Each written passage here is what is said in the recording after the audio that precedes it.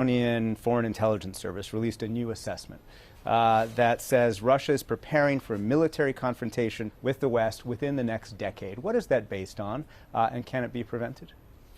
It can be prevented if we invest in our defense, because if you think about the aggressor takes the step of attacking somebody when he thinks that he can win because the other side is weaker. So we haven't taken the defense seriously enough, and that means all the NATO allies have to do more. We've been focusing on Europe, but I want to ask about the U.S. Is the United States a reliable partner?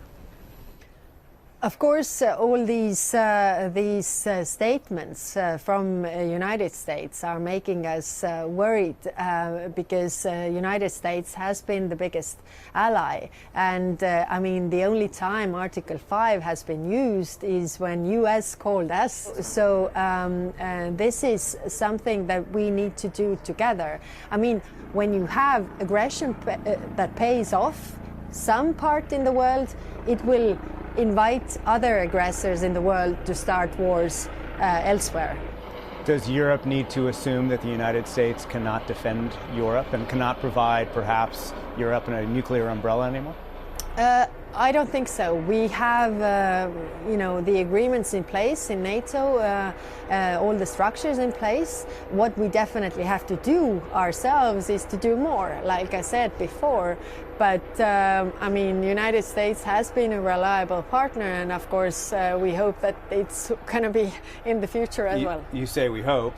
Former President Trump, of course, has said twice now in the last week or so that perhaps the U.S. should not defend NATO allies that do not meet that 2% GDP threshold. Perhaps the U.S. Congress can restrain a future President Trump from leaving NATO, but isn't the damage already done? I mean, isn't the damage to Article 5 the doubt that is being sown here that the U.S. wouldn't come to NATO's allies? It has been a wake-up call for many European countries that haven't done enough, and I think that is a positive thing if they start to do more. But of course, statements like this, we are watching them and trying to figure out, but this is not a surprise. I mean, presidential candidate Trump, when he was president, he had the same ideas. But what I want to say is that over 60% of American exports go to Europe, not to Asia, but to Europe. So it is actually to the benefit of your people, your jobs, your employment, your prosperity, that we are so, really tied to each other. So if something happens in Europe, that has a very clear effect on American economy. The U.S. House of Representatives so far has not accepted sending more military aid to Ukraine. In eastern Ukraine, we're already seeing Avdiivka about to fall to Russia because of a shortage that already exists for Ukrainian weapons. And there's also worries that without this military aid, Ukraine will run short of air defense just in the next few months. Some I talked to are worried that Ukraine will lose the war if the U.S. House does not send that money. Do you share that concern? Definitely, we have to help Ukraine, and we have to help them more. Because they are defending their country.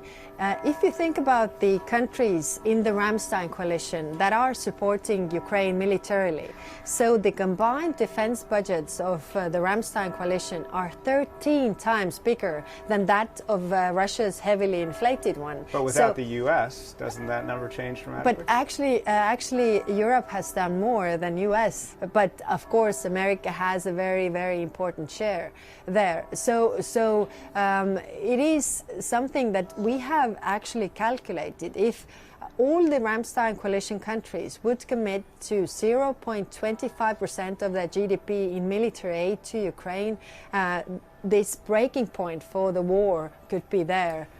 But finally, Ukraine has been sent more than $80 billion of military aid from the West. This past year, it did not achieve even its lowest goals for the counteroffensive. What can it achieve with more military aid, even if the House releases it, that it hasn't already? If they have long-distance weapons, if they have real weapons to defend themselves, then they can push back Russia as well. So the breaking point in all these elements could be actually much nearer. But of course, we can't also say that let's just walk away and say that, okay, you get this territory and aggression pays off. If aggression pays off, it serves as an invitation to use it elsewhere, and then we will wake up in much more dangerous world. So how do you see this war ending? I see this war ending with Russia going back to Russia. That is actually very, very simple and easy. Prime Minister Kaja Kallas, thank you very much. Thank you.